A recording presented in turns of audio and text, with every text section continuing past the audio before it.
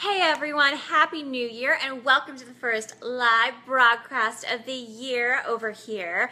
Tonight we're talking about how not to be obnoxious when eating healthy. So if you think this is an important topic for other people to maybe listen to, as many of us are setting new healthy intentions to eat better and eat more nutritiously in the new year, please do go ahead and share this broadcast out. But let's talk about why it's important to even have a conversation around what our food, how it impacts others. By nature, food can be a very, very socially ingrained practice. So this means a number of things. It means, first of all, that our decisions to eat healthfully are very much impacted by those around us. Secondly, it means that when we make decisions to be healthier and eat more nutritiously and take care of our bodies, you would think, of course, that others would always necessarily support and encourage this good decision. That's not always the case, though, unfortunately. So we're going to talk about a couple of reasons why that is and kind of how to sidestep to this so that we can be gracious when we're making healthy nutrition changes. We can be gracious towards the people around us, and in turn, kind of set the stage for them to be gracious towards us as well. So numerous studies show that what we eat, the decisions that we make, especially if we're eating out, say at a restaurant, are very much impacted by what our peers are eating. We want to not feel like we're standing out. So, of course, if other people are eating unhealthy things, it makes it easier in our mind to justify that. And vice versa, when we see people ordering a salad and we wanted to get the burgers and fries, well, maybe we want to eat a salad not because that's what we wanted, but we're going to order that so that we fit in. So fitting in with food is very much a thing. And taken on the other side, it can actually lead to what you would call skinny shaming. That's kind of a term that's come up as of late, because oftentimes when you are making those healthier choices, people feel bad about themselves because of the choices that you're making. So we've got a few different rules to live by here. And the first rule to live by when it comes to being gracious about your healthy eating intentions is realize that any comments, and if you're eating in public, if you're eating with other people, recognize that any comments related to what you choose to eat or what you order or what decisions you're making are really not about you. It's about the other person. So if someone feels like they're calling attention to the fact that you're no fun, or you're eating in a way that they don't necessarily, that surprises them, or they don't want to choose for themselves, recognize that they're probably feeling a little bit guilty. They're feeling put on the spot, even if you never say anything. So if you, of course, I imagine you're not sitting there telling them that what they're ordering is unhealthy, but sometimes just by virtue of you making a healthy decision, they're actually going to put themselves in a place of feeling judged, even if you're not totally judging them at all.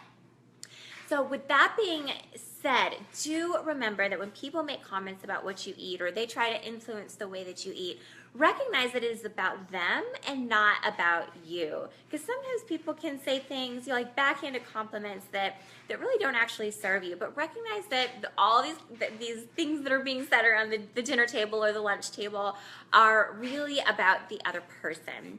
With that being in mind, that brings us to the rule number 2, which is to always bring it back to how you feel.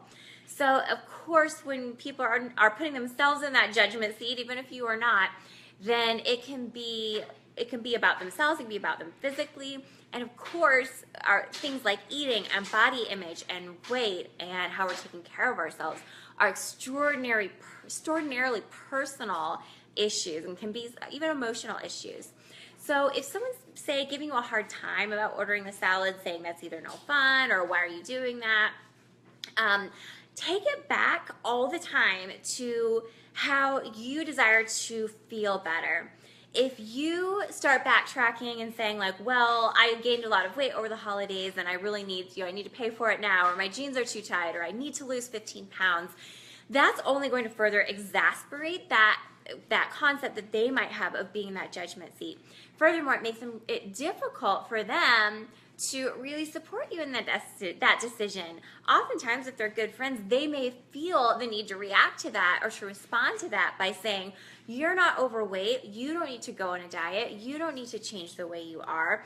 So it really can kind of become this unvirtuous cycle where they feel like they need to rush in and take care of you or tell you good things about yourself because they think you're being insecure. And if you are secure in the reasons that you're trying to eat more healthfully because you love yourself and you want to give yourself only the top quality food so you can have the best energy and can really show up well in the world, then you don't need to take that judgment upon yourself. So take it back to the way you feel. Let them know that you're not eating this way as a way to punish yourself or because you feel like everyone needs to be thin or look a certain way. Even if that's a piece of it for you, even if you do have that weight loss goal, take that conversation back to how you want to feel better. It's very difficult for anyone to argue about how you should feel, okay? Now, maybe they might feel the need to come and say, oh, you don't need to lose 15 pounds. But if you're saying, hey, you guys, I'm really wanting to just feel better. I haven't been feeling my best. I know I've got a lot to offer the world. I need more energy for it. It's really hard for them, one, to feel judged by that, or two, to come back and say, well, that's not a very good reason. Here's a reason where you should order the pizza instead. So after that, we've talked about recognizing that comments are usually about the other person, not about you, taking it back to how you feel as opposed to how you look. Also recognize that you can be that good example just by being different. You don't necessarily have to be preachy. You don't necessarily have to take a big stand, even though you might feel strongly about it. But do recognize that you can kind of turn it around. You can not only set a good example, but you can take that person from the offensive, and put them back to being on your side by being proactive and simply asking for their help. So if you have recently made new nutrition changes, especially with the start of the new year, that is kind of a good chance for you to jump in and proactively say, if you know you're going to be going out to lunch with someone or maybe happy hour with friends, grabbing a drink after a long day at work, go ahead and proactively let them know that you are on this mission to feel better and eat more healthfully. And here's the golden ticket. Ask them for your help. Ask them for their help. You want to let them know that you need their support. When you ask them for their help, that they will help reinforce these healthy decisions and hold you to them. If you ask them to help hold you accountable, you have automatically put them in a position of power rather than the position of being in the judgment seat that they would already put themselves into.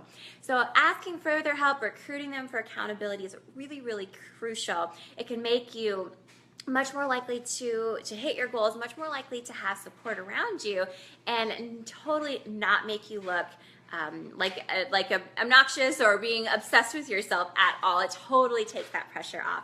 Finally, I want you to keep the big perspective in mind. If it comes to a point where it is going to offend someone that you don't participate in a meal or a portion of a meal, or if someone cooks for you in their home and they've made something for you and you can't find a gracious way to turn it down, letting go of the guilt around food will actually free you up a little bit over this to just, maybe have a little bite of it and not necessarily have to throw your whole social life out because of it.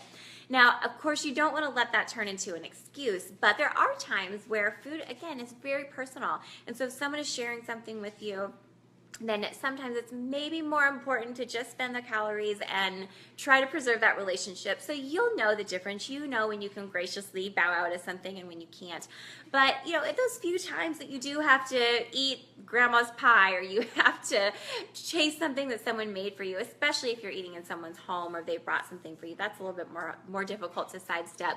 So those few occasions that happens, just know that food won't make or break you. There's no guilt. We've erased that guilt around food and the whole moral equation. Whether or not you eat one piece of apple pie is not going to make or break you. It's not going to represent a failure on your part. So when you take that guilt out of it, you're really able to release the power that food has over you. Say, okay, in this instance, it's probably better for me to just have a few bites. That's a conscious decision. It's not a failure on my part. And that really kind of keeps you on track so that you're not rising on these big ebbs and flows, but you're really staying consistent. So I hope that helps you, keeping those concepts in mind. Do recognize when you make new choices that are good for you and healthy for you, you're not always going to be met with cheers and support. Sometimes you're going to meet a little resistance. This is your time to shine. This is a good time to be gracious, to recognize kind of what's going on beneath the surface, and set that good example. Be that leader for those people around you. That's all I've got for tonight. Just to let you know, I will actually not be on here next week, taking a quick break because I've got a commitment next Tuesday night. Ordinarily, though, I am on here every Tuesday night at 5:45 Mountain Standard Time. And meanwhile, I would love to hear from you whether or not better nutrition choices are part of your intentions for the new year. So drop that below in the comments, and I can't wait to talk to you after the broadcast.